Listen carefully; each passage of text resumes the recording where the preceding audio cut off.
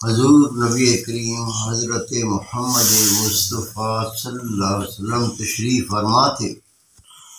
ایک شخص آیا، آ کے عرض کی یا رسول اللہ صلی اللہ علیہ وسلم ایمان کیا ہے؟ تو رسول پاک نے فرمایا نیک خلق۔ وہ دائیں طرف سے گھوم کے آیا، آ کے کہا یا رسول اللہ ایمان کیا ہے؟ نبی پاک نے دائیں طرف دیکھ کے فرمایا نیک خلق۔ وہ گھوم کے بائیں طرف سے آیا، یا رسول اللہ ایمان کیا ہے؟ نبی پاک نے فرمایا نیک خلق۔ وہ گھوم کے پیچھے چلا گیا، پیچھے کہتا ہے یا رسول اللہ ایمان کیا ہے؟ نبی پاک نے فرمایا نیک خلق۔ وہ گھوم کے پھر سامنے آیا، کہتا ہے یا رسول اللہ ایمان کیا ہے؟ نبی پاک مسکرائے، مسکرا کے فرمایا تو نے ایک ہی سوال کتنی بار کیا ہے؟ تو نے دیکھا مجھے غصہ آیا ہے؟ ایک سوال تو نے مجھ سے کتنی بار کیا ہے؟ تو نے دیکھا مجھے غصہ آیا؟ یاد سے نہیں۔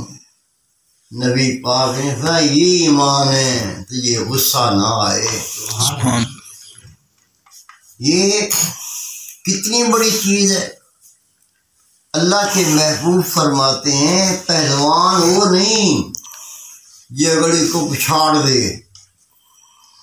پنجابی ٹا دے۔ آقا فرماتے ہیں پہلوان وہ نہیں جو اگلی کو پچھاڑ دے، پہلوان وہ ہے جو اپنے غصے کو پی لے۔ نبی پاک صلی اللہ علیہ وسلم پر ارشاد مبارک ہے روز محشر اللہ کی مخلوق اللہ کے سامنے کھڑی ہوگی، ہر بندہ پریشان ہوگا۔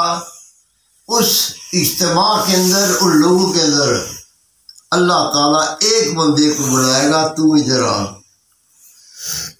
سب کہیں پتہ نہیں کیا بات ہے، یہ اتنی کروڑوں مخلوق کے اللہ نے ایک کو بلایا۔ وہ قریب آئے گا، رب کہے گا تجھے غصہ آیا تھا پھر تو پی گیا، جو حور پسند کرے اجازت ہے تیرے ساتھ بھی نکاح کروں گا۔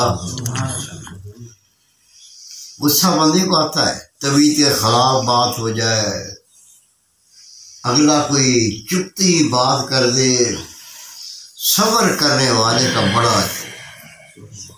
رسول پاک صلی اللہ علیہ وسلم پوری زندگی کبھی کسی سے ناراض نہیں ہوئے۔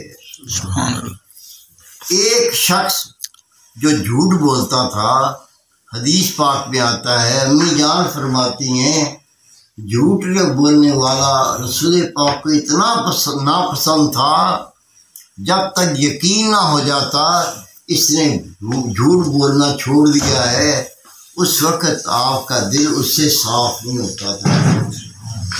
سچے، غصہ نہیں کرنا ہے، درگزر، معافی۔ نبی پاک نے اس کو ایمان فرمایا ہے۔ اللہم صلی علی